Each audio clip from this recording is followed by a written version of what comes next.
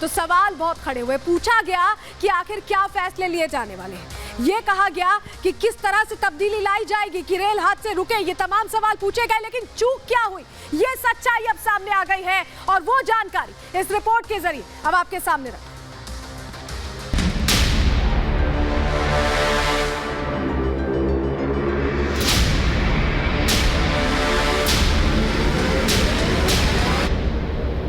तारीख 1 जून, वक्त सुबह के 7:30 बजे।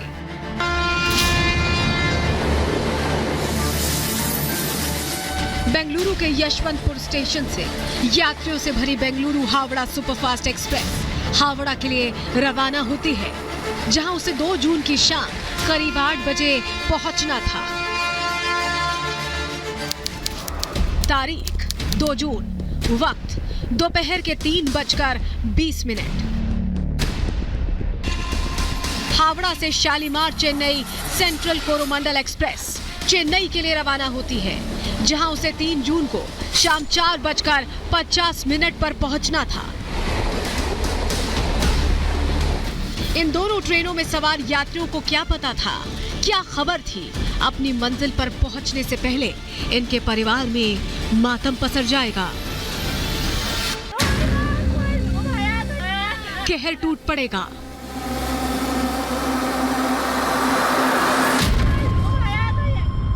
बालासोर जिले के बहानगा बाजार स्टेशन के पास शुक्रवार शाम 7 बजे ये दोनों ट्रेनें हादसे का शिकार हो जाती हैं। शुरुआती तस्वीरों को देखने के बाद किसी को समझ ही नहीं आता ये हादसा कैसे हुआ, किस वजह से हुआ, किसकी गलती से हुआ। लेकिन अब तस्वीर साफ होने लगी है, हादसे की वजह सामने आने लगी है, जिसका खुलासा खुद रेल मंत्री अश्विनी वैष्णव ने किया। अश्विनी वैष्णव ने इस हादसे की क्या वजह बताई, किसकी गलती बताई, अंदर की खबर में हम आगे आपको बताएंगे। लेकिन उससे पहले सुनिए बालासोर रेलवे स्टेशन मास्टर ने इस दर्दनाक हादसे पर क्या कहा।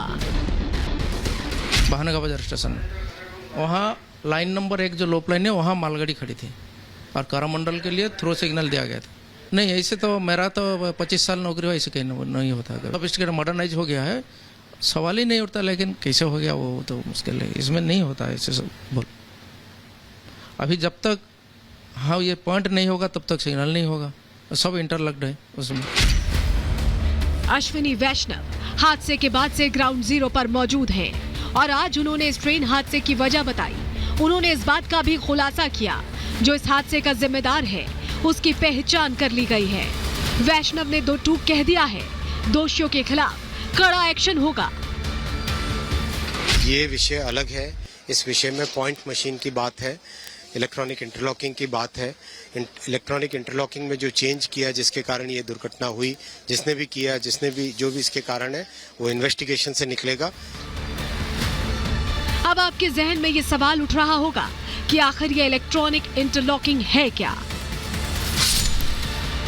रेलवे स्टेशन के पास यार्डों में कई लाइन होती है। इन लाइंस को आपस में जोड़ने के लिए पॉइंट्स होते हैं। पॉइंट्स को चलाने के लिए हर पॉइंट पर मोटर लगी होती है। पॉइंट्स और सिग्नल्स के बीच में एक लॉकिंग होती है। सिग्नल के जरिए लोको पायलट को स्टेशन पर एंट्री मिलती है। लॉकिंग इस तरह होती है कि पॉइंट सेट होने के बाद जिस लाइन का रूट सेट हुआ हो उसी लाइन के लिए सिग्नल आए। इसे सिग्नल इंटरलॉकिंग कहते हैं। सरल शब्दों में कहें तो इंटरलॉकिंग का मतलब है अगर लूप लाइन सेट है तो लोको पायलट को मेन लाइन का सिग्नल नहीं जाएगा और मेन लाइन सेट है तो लूप लाइन का सिग्नल नहीं जाएगा। बालासोर में यही चूक हुई। अंदर की खबर यह है, जिस वक्त यह हादसा हुआ दोनों ट्रेनें फुल स्पीड पर थी। Bengaluru Howrah superfast express 126 kilometre प्रति घंटे की रफ्तार से पटरी पर दौड़ रही थी और शालीमार चेन्नई कोरोमंडल एक्सप्रेस की रफ्तार 128 किलोमीटर प्रति घंटे थी। कोरोमंडल एक्सप्रेस जिस मालगाड़ी से टकराई उसमें लोहे के सरिये थे, जिसके कारण कोरोमंडल ट्रेन को ज्यादा नुकसान हुआ। ओवर स्पीडिंग की कोई बात नहीं थी। सिग्नल एकदम जो उसको दिख रहा था ग्रीन था और उसको सीधा जाना था।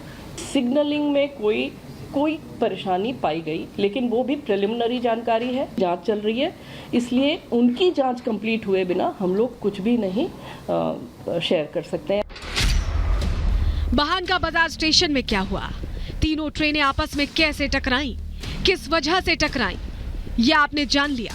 अंदर की खबर में अब ये भी जान लीजिए, ये पूरा सिग्नल सिस्टम काम कैसे करता है, कंट्रोल पैनल कैसे काम करता है। हमारे साथ स्टेशन मास्टर हैं जो आपको बताएंगे कि ये जो कंट्रोल पैनल है जहाँ से सेटिंग्स वगैरह चलती हैं वो कैसे चलती हैं, क्या हुआ है। एक्सप्रेस जनरली 2 नंबर में जाता है, यहाँ खड़ा होता है और हमारा शेड्यूल स्टॉपेज 5 मिनट है, यहाँ 5 मिनट स्टॉपेज होता है, 5 मिनट स्टॉपेज के बाद यहाँ से गाड़ी छूटता है। और उस दिन ऐसे भी गया था। वो वाहन का जो स्टेशन में गाड़ी इन करेगा वही स्टेशन का स्टेशन मास्टर ही कर पाएगा, दूसरा स्टेशन का दूसरा स्टेशन मास्टर कंट्रोल नहीं करेगा, नहीं कर पाएगा, वो हो ही नहीं सकता।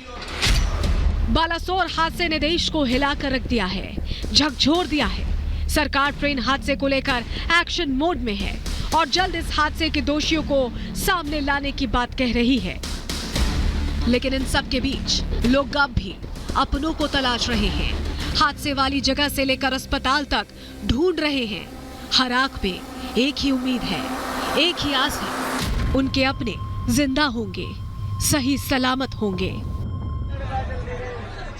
Bureau report, Republic Bharat. तो आपने देखा कि क्या गलती थी सिग्नलिंग सिस्टम की। ये चूक इतनी भारी पड़ गई कि इतनी जानें गंवा दी गई, लोगों ने अपनों को खो दिया और सब कुछ बिखर गया, कहीं भी समेटने की जगह नहीं बची। लेकिन अब कैसे ये आगे ना हो, इस बात का ख्याल रखा जाए, जरा ये हम आपको ग्राफिक्स के जरिए बता देते हैं। देखिए, इस तरह के हादसे ना हो इसलिए बहुत जरूरी है कि ऐसे एहतियात बरते जाएं। पटरियों की पहचान के लिए बाकायदा टैग की व्यवस्था हो सकती है, उन टैग्स के जरिए पहचान बेहतर तरीके से होगी। स्टेशन यार्ड पर RFID टैग से इन्हें लैस किया जाएगा, जिससे कि RFID से ट्रैकिंग, ट्रेसिंग और आसान हो जाएगी और हादसों का खतरा कम हो जाएगा। 5 किलोमीटर के दायरे में अगर इस तरह का हादसा होता है तो ट्रेन बंद हो जाएगी ट्रैकिंग के जरिए, क्योंकि अगर देखिए कोरोमंडल एक्सप्रेस तो हादसे का शिकार हो गई थी, लेकिन अगर हावड़ा एक्सप्रेस नहीं पहुंचती तो शायद ये और बड़े हादसे में तब्दील नहीं होता। लेकिन ये नहीं हो पाया, लेकिन अब RFID टैग से ये हो पाएगा। 5 किलोमीटर के दायरे में सभी ट्रेन रूट बंद हो जाएंगे। अगर ट्रैक पर कोई ऐसा हादसा हुआ है पहले से, तो बगल के ट्रैक की ट्रेन भी सुरक्षित गुजर पाएगी, इससे सुरक्षा सुनिश्चित होगी। ये बहुत जरूरी हो चुका है आज के दौर में। लोको पायलट को सिग्नल देखने में भी मदद मिलेगी, जिससे जो लोगों का सफर है, जो यात्री अपने गंतव्य के लिए निकलते हैं, अपनी मंजिल के लिए निकलते हैं, वो सुरक्षित पहुंच सकेंगे। लेकिन उस दौरान जब यह हादसा हुआ, यानी कि 2 जून की रात शाम 7 बजे, तब अंदर उस बोगी में क्या हो रहा था, कोरोमंडल एक्सप्रेस के अंदर लोग क्या कर रहे थे, किस तरह से वो अपने आम जीवन के ओर चल रहे थे और अपनी गंतव्य पर, अपनी मंजिल पर पहुंचने के लिए बैठे हुए थे, कोई किसी से बात कर रहा था। अंदर दरअसल बोगी में उस वक्त क्या हो रहा था और जब हादसा हुआ 7 बजे तब क्या हो रहा था, आपको जरा ग्राफिक्स के जरिए, मोशन ग्राफिक्स के जरिए समझाने की कोशिश करते हैं। अमूमन जब आप ट्रेन में सफर कर रहे होते हैं तो आपको एक संतोष होता है कि आप समय पर अपने घर पहुंच जाएंगे या अपनी मंजिल पर पहुंच जाएंगे। जिस काम के लिए आप जा रहे हैं आप वहां समय से पहुंचकर वो काम कर लेंगे। कुछ ऐसा ही माहौल कोरोमंडल एक्सप्रेस के अंदर भी था।